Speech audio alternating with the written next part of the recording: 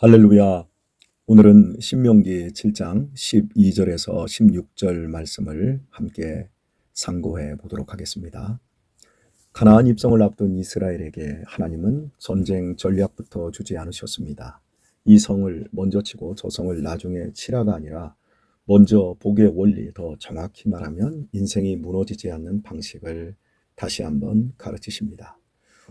우리는 흔히 복을 생각할 때 손에 잡히는 것부터 떠올립니다. 돈, 집, 건강, 안정, 성공, 자녀의 성취.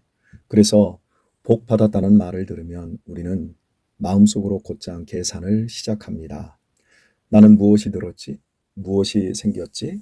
그런데 하나님은 복을 그런 방식으로 정의하지 않으십니다. 하나님이 주시는 복은 늘 관계의 복으로 시작합니다. 하나님과의 관계가 살아있으면 삶이 살아납니다. 반대로 하나님과의 관계가 무너지면 소유가 많아도 결국 무너집니다. 본문은 그 사실을 우리에게 정확하게 알려줍니다. 너희가 이 규례를 듣고 지켜 행하면 네 하나님 여호와께서 네 열조에게 맹세하신 언약을 지켜 네게 인애를 베풀 것이니라. 하나님은 복이라는 말을 먼저 꺼내기 전에 언약과 인애를 먼저 꺼내십니다. 이 순서가 중요합니다. 하나님은 복을 상품처럼 던져주는 분이 아니라 언약을 지키시는 분이고 인애로 붙드시는 분이시기 때문입니다. 인애는 헤세드라는 말인데요. 헤세드는 단순히 좋게 대해주시는 마음 정도가 아닙니다. 헤세드는 하나님이 자기 백성을 향해 가지시는 언약적인 사랑, 끝까지 포기하지 않는 사랑, 식어도 다시 품는 사랑, 흔들려도 다시 붙드는 사랑을 의미합니다. 사랑인데 감정이 아니라 약속입니다. 기분이 아니라 책임 있는 신실함입니다. 그러니 하나님께서 인애를 베풀겠다고 하신 말은 이런 뜻입니다. 너희가 가나안에 들어가서 흔들릴 때가 있을 것이다.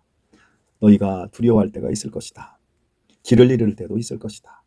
그러나 나는 너희를 내버리지 않겠다. 나는 너희를 붙들 것이다. 나는 너희를 살리고 말 것이다. 이게 복의 출발선입니다. 복은 먼저 물질이 늘어나는 것이 아니라 하나님이 나를 떠나지 않으신다는 확신에서 시작됩니다. 그 확신이 사람을 살립니다. 그 확신이 무너지지 않게 합니다. 하나님은 13절부터 아주 현실적인 복을 쏟아 놓으십니다. 곧 너를 사랑하시고 복을 주사 너로 번성하게 하시되 네게 주리라고 네 열주에게 맹세하신 땅에서 네 소생에게 은혜를 베푸시며 네 토지소산과 곡식과 포도주와 기름을 풍성케 하시고 네 소와 양을 번식케 하시리니 네가 복을 받음이 만민보다 우승하여 너희 중에 남녀와 너희 짐승의 암수와 암수에 생육하지 못함이 없을 것이며 여호와께서 또 모든 질병을 네게서 멀리하사 너희가 아는 바 그 애굽의 악질이 네게 임하지 않게 하시고 말씀합니다. 이 복의 목록은 지금 우리에게도 너무 익숙합니다. 살림살이, 먹고 사는 문제, 자녀, 건강, 경제. 그런데 하나님이 이걸 왜 길게 말씀하시냐면 가나안의 유혹이 바로 이 영역에서 오기 때문입니다. 가나안 사람들은 풍요를 위해 바알을 섬겼습니다. 비 오게 해달라, 곡식 잘 되게 해달라, 번성하게 해달라. 결국 우상 숭배는 한 문장으로 정리될 수 있습니다. 더 잘 살기 위해 하나님 말고 다른 것을 붙들자. 그래서 하나님이 말씀하는 겁니다. 너희가 정말 풍요를 원하느냐? 너희가 정말 번성과 안정과 보호를 원하느냐? 그러면 나를 떠나지 마라. 나와의 관계를 무너지게 하지 말라. 여기서 우리가 붙들어야 될 한 문장이 하나 있습니다. 복은 소유의 풍성함이 아니라 존재의 풍성함이다. 존재가 풍성해지면 삶이 달라집니다. 존재가 풍성해지면 마음이 흔들리지 않습니다. 존재가 풍성해지면 관계가 망가지지 않습니다. 그리고 그때 소유는 복의 근원이 아니라 복의 열매가 됩니다. 반대로 소유가 복의 근원이 되는 순간 인생은 조용히 무너지게 됩니다. 왜냐하면 소유는 언제든 흔들릴 수 있기 때문입니다. 경제가 흔들리고 건강이 흔들리고 관계가 흔들리고 자녀의 길이 흔들립니다. 소유를 근원으로 삼은 사람은 흔들릴 때마다 바닥이 드러납니다. 그러나 하나님을 근원으로 삼은 사람은 흔들려도 무너지지 않습니다. 하나님과의 관계가 기둥이기 때문입니다. 본문은 단지 복이 물질 제공이 아니라는 것을 말씀합니다. 하나님은 너희를 사랑하겠다고 선언하십니다. 그가 너를 사랑하시고 복 주시고, 여기서 우리는 복의 방향을 다시 잡아야 합니다. 하나님은 돈으로 사랑을 대신하는 분이 아닙니다. 하나님은 사랑을 먼저 주시고 그 사랑이 삶을 살리고 그 삶이 열매를 맺게 하시는 분입니다. 그래서 어떤 성도는 이런 고백을 합니다. 목사님, 돈은 없었는데 이상하게 마음이 무너지지 않았어요. 문제는 그대로인데 마음이 평안해요. 하나님이 나와 함께 계신다는 확신이 생겼거든요. 고난은 있었는데 하나님이 날 버리지 않으신다는 믿음이 살아났어요. 이렇게 고백하는 성도들이 계십니다. 이게 본문이 말하는 복의 핵심입니다. 하나님께서 주시는 복은 문제가 0이 아니라 하나님이 문제 속에서도 동행하는 것입니다. 상황이 아니라 관계입니다. 14절과 15절에서 하나님은 더 구체적으로 약속을 하셨습니다. 질병이 없게 한다. 애굽의 악취를 너희에게 임하게 하지 아니하겠다. 이 말은 믿으면 절대 안 아프다라는 단순한 번영 선전이 아닙니다. 이 약속의 핵심은 이것입니다. 너희 삶의 안전을 우상이 아니라 내가 책임지겠다. 너의 몸의 두려움까지도 내가 보살피겠다. 가나안은 우상이 안전을 약속하는 땅입니다. 그러나 하나님은 안전의 주인은 나다라고 선언하고 계십니다. 그러니 하나님의 백성은 두려움이 올라올 때 이상한 곳에 손을 뻗지 않습니다. 미신에 기대지 않습니다. 불안 때문에 신앙을 팔지 않습니다. 왜요? 하나님이 내 삶을 돌보신다라는 확신이 있기 때문입니다. 저는 현재 강원도의 산속에 들어와 있습니다. 이 산속에서 산책하며 충분히 쉽니다. 그러나 그 산책과 그 쉼 속에 하나님을 더욱 강력하게 묵상을 합니다. 나의 나된 것, 하나님의 은혜로 된 것이며 나는 하나님 안에 있음을, 그래서 바람 속에서 하나님의 음성을 들으려고 합니다. 그리고 끊임없이 숲을 걸으면서 대화를 하나님께 시도를 합니다. 하나님을 묵상하는 것, 제가 너무 바쁘게 살고 또 노예에서 큰 일을 처리를 하면서 하나님과의 그 교제의 시간들이 많이 빼앗겨졌던 것을 이제 만회하고 있습니다.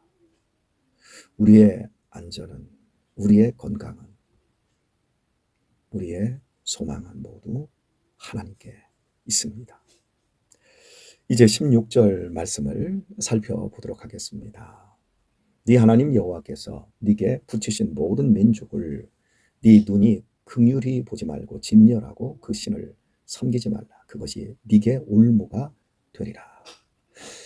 여기서 하나님은 갑자기 분위기를 바꾸십니다. 하지만 사실 이건 복의 약속과 정확히 연결됩니다. 왜냐하면 복이 올 때 가장 위험한 것이 바로 올무이기 때문입니다. 올무는 처음부터 네 인생 망한다고 오지 않습니다. 올무는 대개 이렇게 옵니다. 그 정도는 괜찮아. 이 정도쯤이야. 다들 하는데 뭐 너도 해도 괜찮아. 하나님도 다 이해하실 거야. 특히 복이 올 때 조심해야 합니다. 가난할 때는 기도합니다. 위기일 때는 무릎을 꿇습니다. 그런데 조금 형편이 나아지면 마음이 풀립니다. 상황이 좋아지면 마음은 느슨해집니다. 마음이 풀리고 느슨해지면 기준이 무너집니다. 기준이 무너지면 신앙이 섞입니다. 그리고 섞인 신앙은 결국 우상이 될 가능성이 많습니다. 그래서 하나님께서 올무라고 하시는 겁니다. 올무가 여러분 무엇입니까? 사냥꾼이 짐승을 사냥하기 위해서 짐승이 잘 다니는 길에 놓는 덫이 아니겠습니까? 사탄은 정확하게 우리가 가는 길이 어떠한 길인지를 알고 있습니다. 우리의 가장 연약한 부분으로 올무를 건다라는 겁니다. 그리고 그 올무는 결국 내 자신을 우상으로 만들어 버립니다.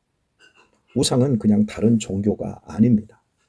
우상은 내 마음을 잡아 끌어 하나님을 작게 만드는 것이고 결국 내 삶의 기준을 바꿔버리는 겁니다. 주 안에서 사랑하는 교우 여러분, 오늘 본문이 우리에게 던지는 질문은 단순합니다. 너는 복을 무엇으로 정의하고 있느냐? 너는 지금 무엇이 있어야 안전하다고 느끼느냐? 너의 마음을 가장 쉽게 흔드는 것은 무엇이냐? 이 질문 앞에서 우리가 다시 돌아와야 할 자리, 그것이 바로 언약과 헤세드입니다. 하나님이 나를 사랑하신다. 하나님이 나를 북돋으신다. 하나님이 나를 살리신다. 이 확신이 내 존재를 풍성하게 할 때 우리는 복을 바르게 누릴 수 있습니다. 복이 우상이 되지 않습니다. 복이 올무가 되지 않습니다. 복이 하나님을 밀어내지 않습니다. 말씀을 맺도록 하겠습니다. 오늘 본문은 이렇게 말하고 있습니다. 복은 내 자신이 붙잡는 것에서 시작되지 않습니다. 복은 하나님이 붙잡으시는 것에서 시작됩니다. 그리고 그 복의 가장 깊은 본질은 하나님이 우리에게 헤세드로 다가오셔서 우리 존재를 살리시고 관계를 살리시고 삶의 열매를 맺게 하시는 것입니다. 그러므로 오늘 우리는 이렇게 결단해야 할 것입니다. 사랑하는 주님, 복을 복되게 누릴 수 있게 해 주옵소서. 절대 복이 우상이 되지 않게 하옵소서. 복 때문에 삶의 기준, 신앙의 기준이 무너지지 않게 하옵소서. 무엇보다 주님의 헤세드 안에서 내 존재가 먼저 살아나게 하옵소서. 이게 가나안에 들어가는 사람의 길이고 오늘을 사는 성도의 길입니다. 돈이 흔들리면 하나님도 흔들립니까? 건강이 흔들리면 믿음도 흔들립니까? 자녀가 흔들리면 예배도 흔들립니까?